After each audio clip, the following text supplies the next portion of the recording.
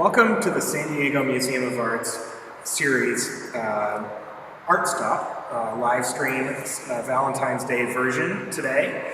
I'd like to introduce you to the newest addition to our permanent collection, Lucas Cranach's Nymph of the Spring, painted around 1540. I'm Michael Brown, Associate Curator of European Art here at the San Diego Museum of Art, and it's a pleasure to discuss this painting with you today.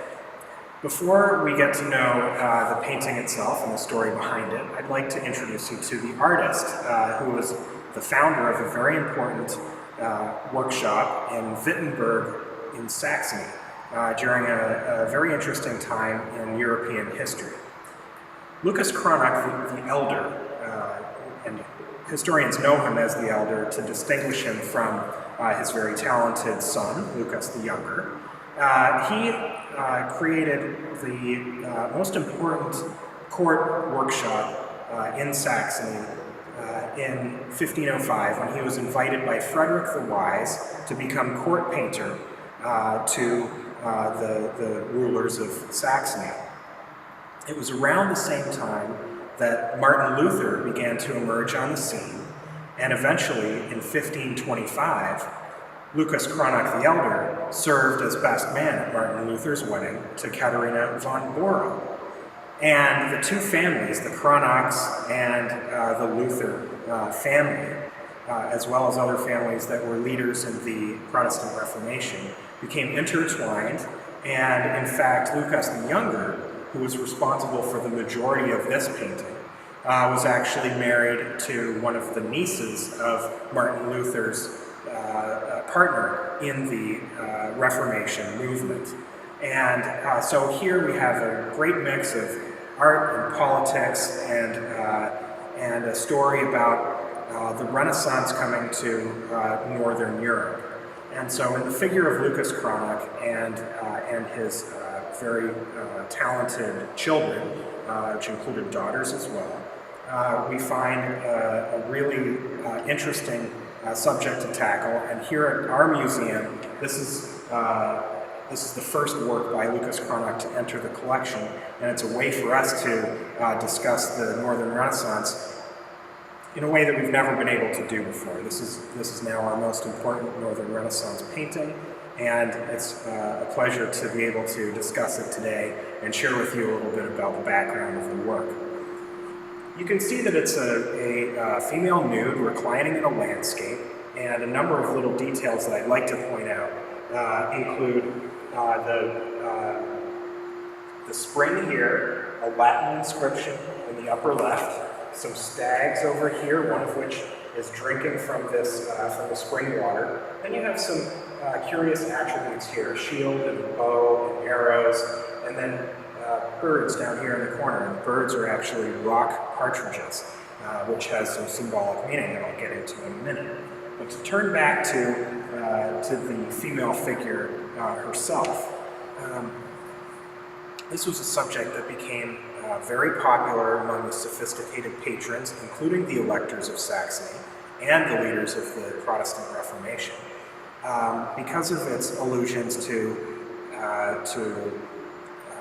classical antiquity and also to new developments in the Italian Renaissance, which were beginning to reach the north at this very moment, especially through printed material, engravings and woodcuts, and through figures like Albrecht Dürer, who was another leading German Renaissance figure who had actually traveled to Italy on two occasions before this painting was made. And we find that there were numerous Venetian examples specifically of the female nude that were hallmarks of the Italian Renaissance. And I'm thinking about painters like Titian and Giorgione especially, whose work would have been known to Cranach and to other leading German Renaissance painters.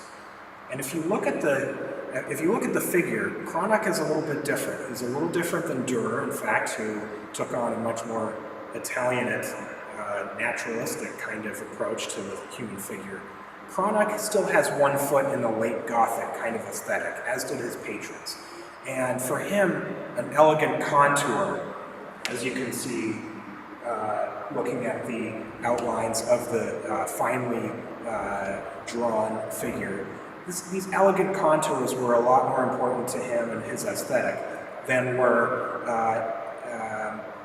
approaches to a naturalistic, more correct anatomy. So he is actually experimenting with different ways of depicting the human form for an audience in Saxony, in Germany, that didn't necessarily share the same aesthetic as the Italians and the Venetians especially. However, there are certain elements of the painting that are very close to developments in Venice and elsewhere in Italy, and you can see an approach to an atmospheric perspective when you look into the background of the painting towards this very northern-looking townscape. It's as though you're looking through a kind of a misty, but still very bright blue and colorful atmosphere. And he's definitely looking at works that came to the north through the Venetian trade. And there was a big population of German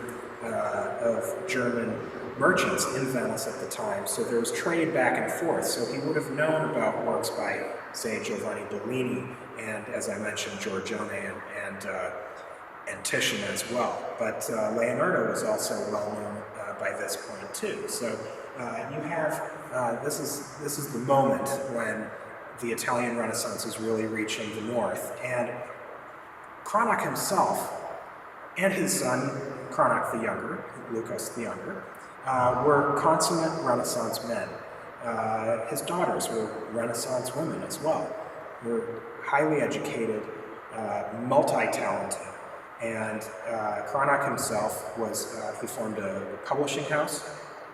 He was a politician, served as mayor of Wittenberg as well as on the city council.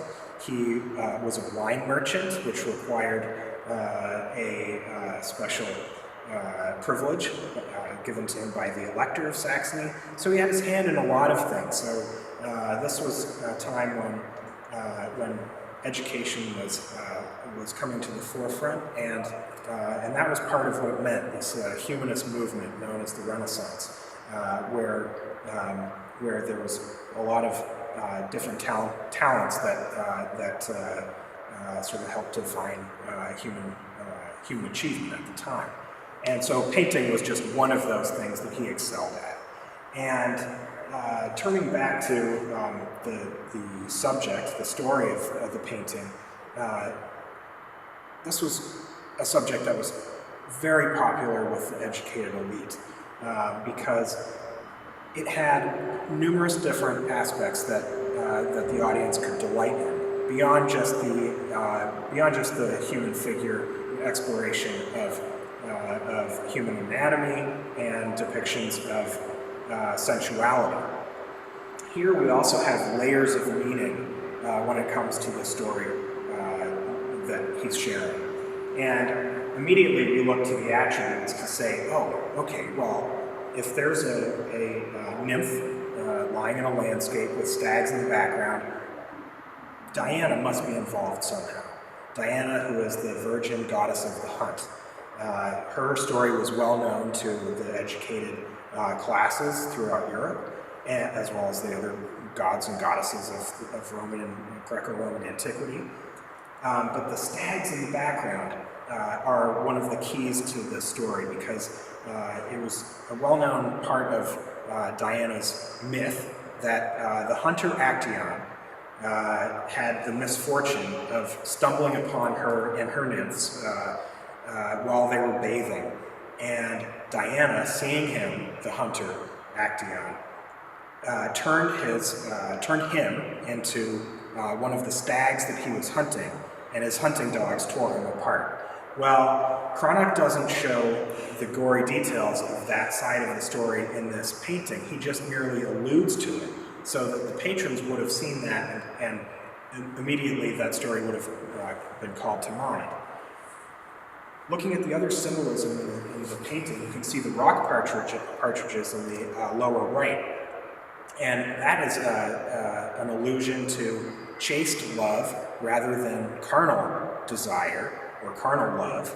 and it seems to be an appropriate theme on Valentine's Day. We're talking about love.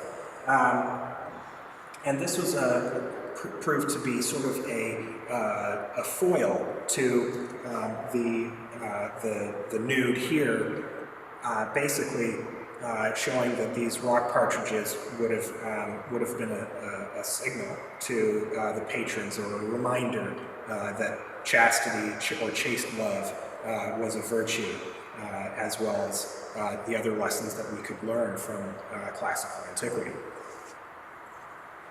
If you look up to the upper left, you'll see a Latin inscription that identifies who we're actually looking at, potentially. And in Latin it reads, I am the nymph of the sacred spring, I am sleeping, do not disturb me. So it's a real warning to the viewer that while it looks as though her eyes are closed, we can see up close, if we really have a peek, that her eyes are actually not closed at all. They're half open. She's observing us as we're in the process of looking at her. So it's a really crafty kind of setup that the artist has created here. And again, in keeping with the elegant contours of the anatomy and the really luxurious landscape in which the artist has set the scene, this is both an enticement to the viewer, but also a warning. So as we're thinking about ideas of Venetian sensuality being introduced into Northern Europe, which had quite a different sensibility, this is both an invitation, but also a warning to proceed with caution. So it's a really multi-layered picture, multi-layered intellectually, and one that could delight the senses for a very sophisticated clientele, and a clientele that was very well read and cultured. So we can delight in this painting, having joined our museum's permanent collection now, and gives us the chance to tell a story, in fact a love story, about the Northern Renaissance that we haven't been able to share with our visitors until now, and with you too. So thanks for joining us today here at the San Diego Museum of Art. Happy Valentine's Day.